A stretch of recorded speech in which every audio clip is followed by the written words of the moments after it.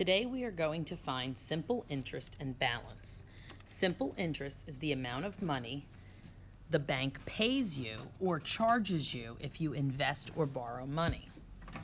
The definition of balance is the amount of money owed or in the account. It is principal plus interest. To find interest, we take the principal, which is always an amount of money that's borrowed or invested. We multiply it by the rate, which is always a percent, and you have to write it as a decimal. And then we multiply it by the time, which must be in years.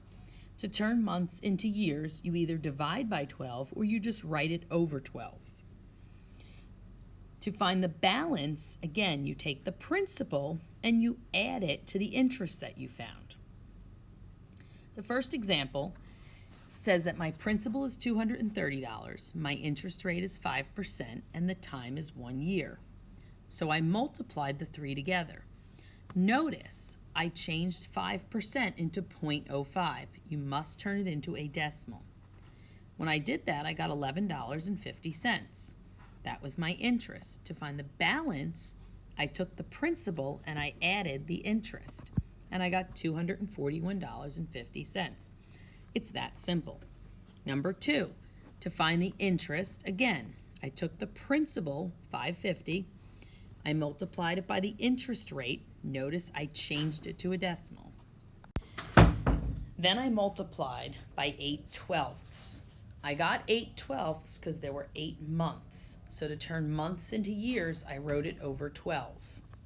You can simplify this fraction and or turn it into a decimal. I just left it the way it was. Then when I typed this into my calculator, I started with the time. I did 8 divided by 12. Then I did not clear my calculator. I just hit multiplied by 0.035 times 550. And my answer was $12.83. The 3 repeated, but because it's money, you have to stop and round.